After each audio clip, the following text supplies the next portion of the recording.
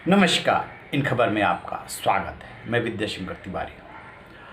NDA में काफ़ी हलचल है। एक तरफ बिहार का चुनाव है, लोजपा रहेगी जाएगी, क्या होगा अभी कुछ पता नहीं है। दूसरी तरफ शिवसेना में संजय राउत और देवेंद्र फडणवीस की मुलाकात को लेकर के काफ़ी हलचल है। संजय निरुपम जो कांग्रेस के नेता हैं वो सवाल उठा रहे हैं कि शिवसेना कभी भी कांग्रेस को धोखा दे सकती है। हालांकि दोनों तरफ से, फडणवीस और संजय राउत दोनों तरफ से सफाई आ चुकी है कि ये मुलाकात एक इंटरव्यू को लेकर के हुई थी। और तीसरी तरफ जो कि काफ़ी बड़ा डेवलपमेंट रहा वो शिरोमणि अकाली दल का एनडीए से अलग हो जाना हुआ तो है किसान बिल को लेकर के। और उस किसान बिल पे अब राष्ट्रपति रामनाथ कोविंद ने भी मुहर लगा दी है। यानी कि बीजेपी और मोदी सरकार ने साफ साफ इशारा कर दिया और मैसेज दे दिया कि हम किसी भी सूरत में इस पर पीछे नहीं हटने वाले हैं।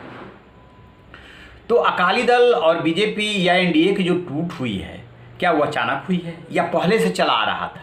दरअसल आप पाएंगे कि शिवसेना और अकाली दल बहुत पुराने सहयोगी हैं। मतलब कि 2, ढाई, 3 दशक कह सकते हैं। 2.5 दशक तो इन्हीं के साथ हो गया। बट होता क्या है राजनीति में कि वही अपना होता है जिससे तात्कालिक फायदा हो रहा हो।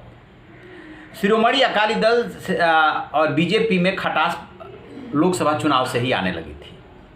लोकसभा चुनाव में क्या हुआ था कि अमृतसर और होशियारपुर ये दोनों सीटें अकाली दल चाह रहा था और बदलना चाह रहा था लुधियाना और जालंधर से, जिसके लिए बीजेपी तैयार नहीं हुई। इसके अलावा पिछले साल मानसून सत्र में नदी जल संशोधन विधेयक पारित हुआ था, उसके खिलाफ थी एसएडी यानी शिरोमणि अकाली दल, क्योंकि उसे लग रहा था कि पंजाब का पानी दूसरे राज्यों से चला जाएगा। उसमें टाइम फ्रेम बनाया गया था, उसमें भी मोदी सरकार ने सुन करके नहीं दिया अकाली दल का। अभी हाल का घटनाक्रम है कि जम्मू कश्मीर को लेकर के, भाषा को लेकर के एक विधेयक पारित हुआ जिसमें कि 3 भाषाओं को, डोगरी, कश्मीरी और हिंदी को आधिकारिक भाषा का दर्जा दिया गया। इसमें प्रकाश सिंह बादल ने चिट्ठी लिखी थी मोदी और अमित शाह को कि इसमें पंजाबी को भी शामिल कर लिया जाए, क्योंकि कश्मीर में पंजाबी काफ़ी बोली जाती है, काफ़ी तादाद में वहाँ पे लोग हैं। लेकिन इस पर भी मोदी सरकार ने ध्यान नहीं दिया। एकमात्र विधायक था शिरोमणि अकाली दल का हरियाणा में, उसको बीजेपी ने अपने में मर्ज करा लिया। तो ऐसे बहुत सारे कारण हैं छोटे छोटे जो कि धीरे धीरे बड़ा फोड़ा बना। और सबसे बड़ा कारण क्या होता है राजनीति में? सियासत। 2017 में विधानसभा का चुनाव हुआ था। इनका वोट परसेंट है लगभग 25% के आसपास, शिरोमणि अकाली दल का 23-23.5% वोट लेकर के आप जो है 20 सीटें ले गई थी। इनको सीटें कम मिली थी। बीजेपी को 5.5% के आसपास वोट मिले थे और 3% जो है 3 सीटें मिली थी विधानसभा की।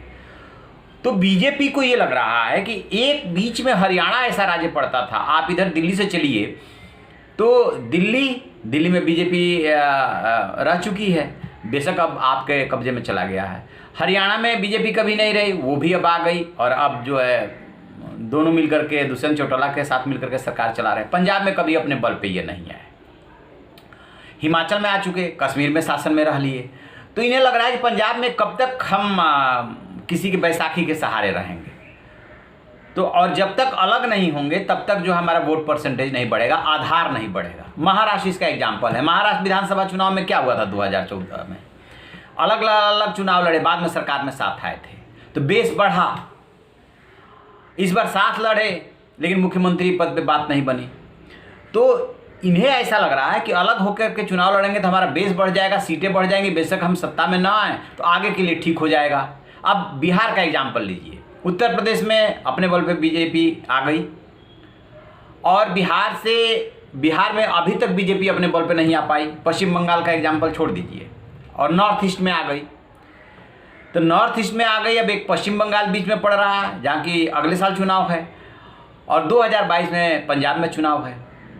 बिहार में भी बीजेपी वही चाहती है कि किसी तरीके से अपने बल पे अपना बेस बढ़े। लेकिन अभी उसकी मजबूरी ये आ रही थी बिहार में कि 2015 में जो एक्सपेरिमेंट हुआ था, यानी नीतीश कुमार टूट करके महागठबंधन के साथ गए थे और बीजेपी जब मोदी का यूएसपी सबसे ज़्यादा था उस समय भी बिहार में वो हार गए थे। दिल्ली और बिहार में हारी थी और उसकी वजह से काफ़ी इमेज को डेंट लगा था कि मतलब सब जगह आप नहीं हरा सकते।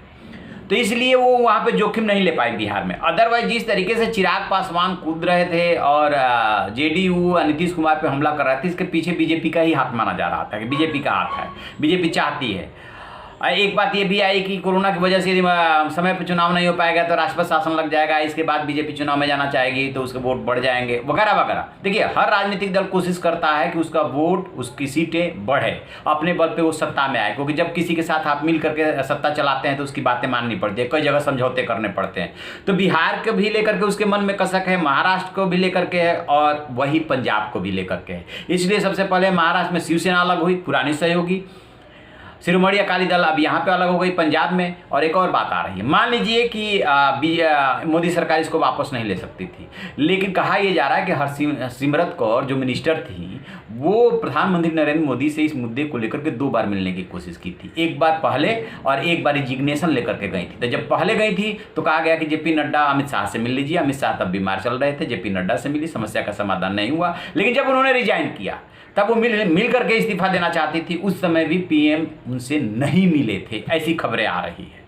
तो स्वाभाविक सी बात है कि गैप इतना बढ़ गया था कि अब साथ रहने और न रहने का कोई मतलब नहीं है। शिरोमणि अकाली दल का गांव किसानों की पार्टी मानी जाती है, तो उसे ये लगा कि यदि इस मौके पे अलग नहीं हुआ तो 2022 में चुनाव है, फिर हम क्या करेंगे, क्या जवाब देंगे किसानों को।